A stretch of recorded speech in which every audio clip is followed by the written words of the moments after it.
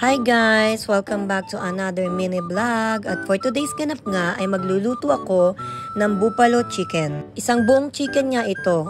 Dahil wala nga akong mabili na puro chicken wings lang, kaya ito na lang yung gagawin natin. Minarinate ko lang siya sa harina, salt and pepper at sinamahan ko rin siya ng konting chili powder. So ayan nga, malinis yung kamay ko dyan guys. At ito nga, meron niya akong leftover dito o used oil na canola oil. Ito na lang yung gagamitin ko kasi isang luto pa lang naman to last night. So nagpainit na nga ako ng mantika at piprituhin na natin itong mga chicken na minarinate ko. At hihintayin lang natin na maluto itong chicken. So naglagay lang ako dito ng first batch dahil hindi nga siya kasya lahat. So pagkatapos na lang nitong first batch yung ating mga natirang chicken. So ayan guys, samahan nyo ako magluto, cooking time. Ito nga pala ay lunch namin dahil nga bisihan yung mga tao dito, kaya nga ako na muna yung magluluto ngayon ng aming lunch. Actually bihira na nga ako makapagluto dahil kalimitan niya si Boss Wong nagluluto ng food namin dito sa bahay. So samahan nyo ako guys at sana magustuhan nila itong lutuin kong buffalo chicken.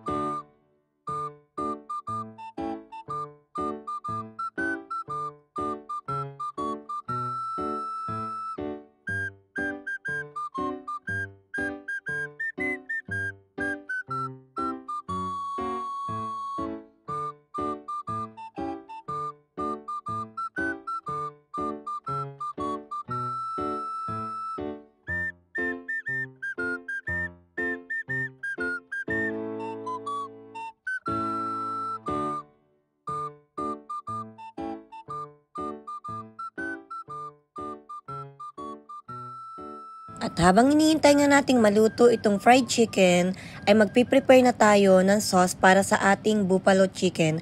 Para mamaya ay ready na talaga yung ating mga sangkap. So niready ko tong ating food processor at ilalagay ko itong onion, garlic na hiniwa-hiwa ko lang. Pagsasamahin na natin sila dito sa food processor natin. At ilalagay din natin ang half cup ng ketchup.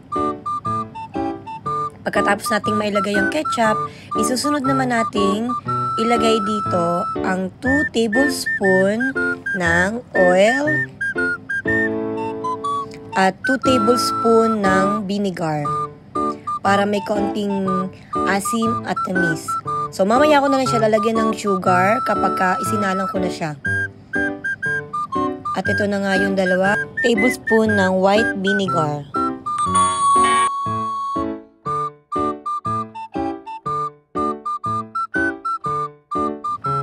Maglalagay din niya pala ko ng 2 tablespoon ng barbecue sauce. Ito talaga yung sekreto ko para manuot yung lasa ng chicken. At maglalagay din tayo syempre ng 1 teaspoon ng paminta at 1 teaspoon ng salt.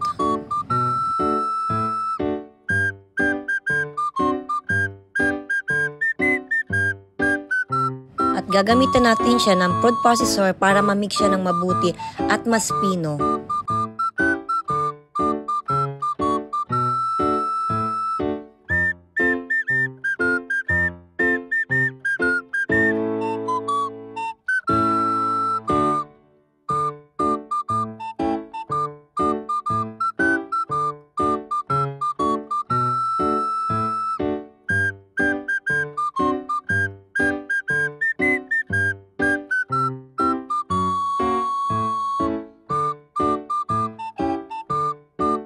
At halu-haluin lang natin siya at pwede na natin siyang isalang sa medyo mainit na kawali. So tara na guys, let's go! Ihalo-halo na natin.